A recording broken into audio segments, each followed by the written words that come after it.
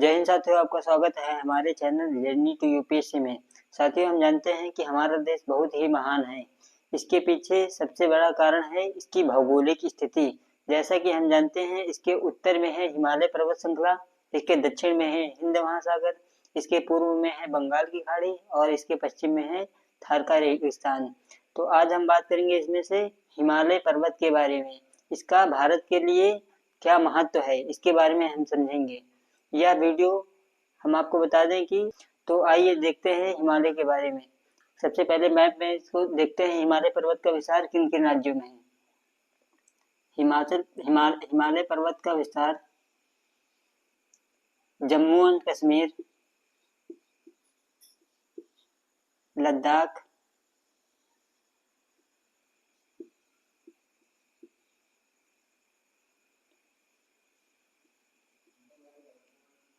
हिमाचल प्रदेश, उत्तराखंड, नेपाल होते हुए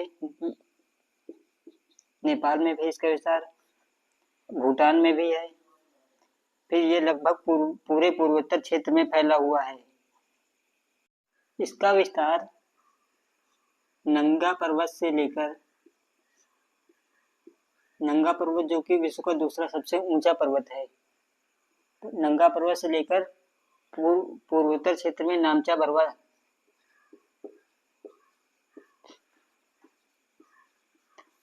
बरुआ पर्वत तक विस्तृत है यह क्षेत्र। इसमें लद्दाख, जम्मू एंड कश्मीर, हिमाचल प्रदेश, उत्तराखंड, सिक्किम, अरुणाचल प्रदेश, नागालैंड, मणिपुर, त्रिपुरा, मिजोरम, मेघालय भी इसमें आता है। अब इसके महत्व के बारे में समझते हैं। जैसा कि हम जानते हैं, यह क्षेत्र हमारे उत्तरी क्षेत्र में स्थित है। इसका कुछ क्षेत्र उत्तर पूर्वी क्षेत्र में भी स्थित है, हिमालय का कुछ क्षेत्र। अब जैसा कि हम जानते हैं, यह एक अभेद दीवार के रूप में काम करता है हमारे लिए, यानी ऐसी दीवार जिसे भेदा ना जा सके। तो इसके एक एक करके इसके महत्व को समझते हैं। नंबर 1, यह सदानीरा नदियां,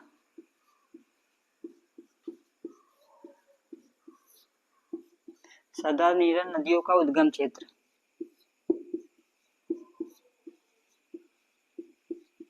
सदानीरा नदियां का मतलब वो नदियां होती हैं जिनमें वर्ष भर जल बहता हो। जैसे हो गए इसमें गंगा, यमुना,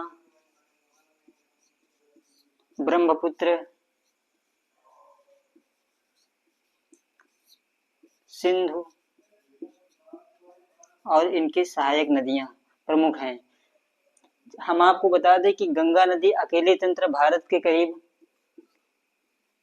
लगभग 45 करोड़ लोगों को जीवन देने का काम करती है गंगा नदी तंत्र। इसके दूसरे पॉइंट के बारे में बात करें तो इस क्षेत्र से बिजली की आपूर्ति की जाती है, सभी क्षेत्रों को बिजली आपूर्ति। हम जानते हैं कि इस क्षेत्र में बहुत ही बड़े ग्लेशियर्स हैं। मान लीजिए एक ग्लेशियर है, इस नदी से निकली गंगा नदी। जब गंगा नदी निकलती है तो पहाड़ी क्षेत्रों में झरने का निर्माण करती है। तो झरने के किनारे टरबाइन लगाकर इससे बिजली बनाई जा सकती है और इसी के किनारे डैम बनाकर भी बिजली की आपूर्ति की जा सकती है। इसी में बना है टिहरी डैम। यह वर्षा कराने में सहायक है, तीसरा पॉइंट।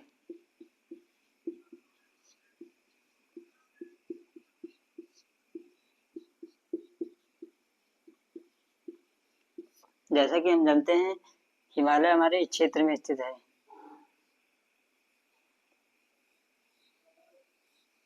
जो साउथ वेस्टर्न मानसून आता है इधर से, वो इस हिमालय से टकराकर इन एरियो में, इन क्षेत्रों में वर्षा करा देता है।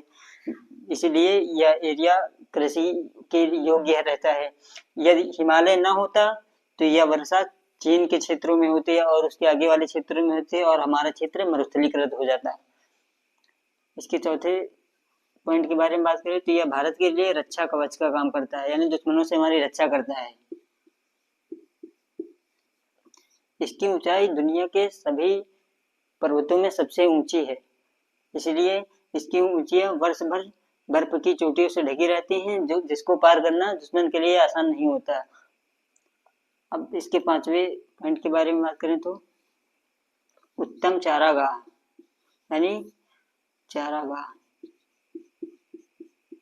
इसकी जो घाटियां हैं, मान लीजिए कश्मीर घाटी जो हो गई, जैसे यहाँ पर इसके जो पर्वतीय ढाल हैं उसमें घास जगती है, जिन्हें क्षेत्रीय नामों से जाना जाता है, बुग्याल और प्यार।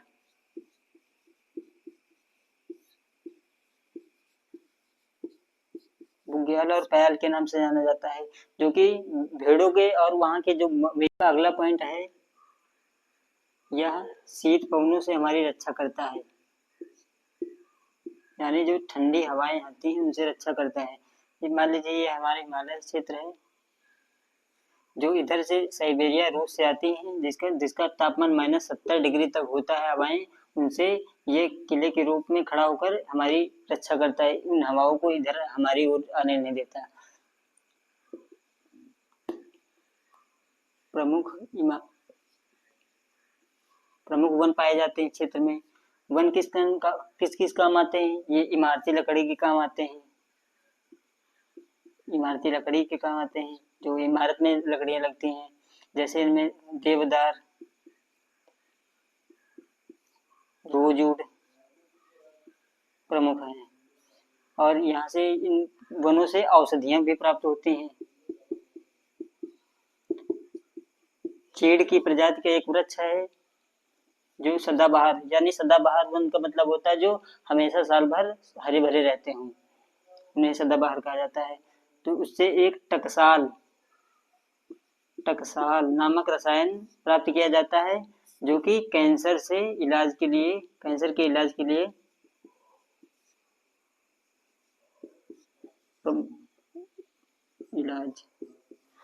प्रमुख है। यह कैंसर से निदान दिला सकता है। अब इसके बारे में बात करें तो प्राकृतिक संसाधन, अगले पॉइंट के बारे में, प्राकृतिक संसाधन।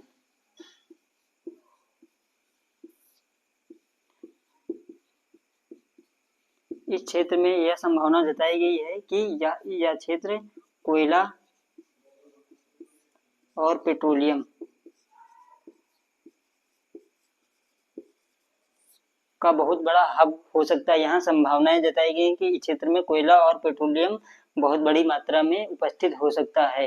अगले पॉइंट के बारे में बात करें तो इस क्षेत्र की कृषि में किन चीजों की होती है? यह क्षेत्र फलों का स्वर्ग कहलाता है।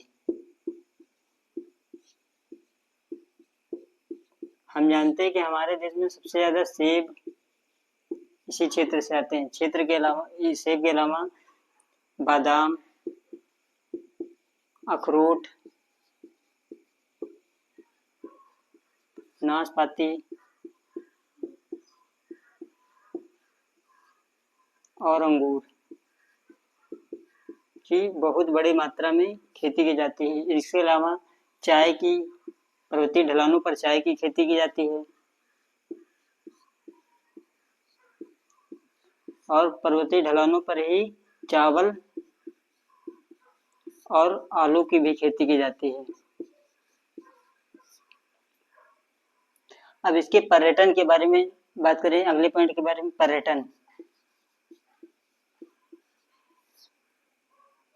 पर्यटन हिमालय क्षेत्र की रीढ़ है। जितना भी लोगों को रोजगार मिलता है उसमें सर्वाधिक योगदान पर्यटन का होता है। जितने भी इस क्षेत्र में टूरिस्ट स्पॉट होते हैं, यानी घूमने की जगह होती हैं, जिसमें पृथ्वी का स्वर्ग कहे जाने भी शामिल है। कश्मीर, जिसे पृथ्वी का स्वर्ग कहा जाता है, कश्मीर में ही जो यहाँ अभी पहलगाम में आतंकी हमला हुआ था, पहलगाम,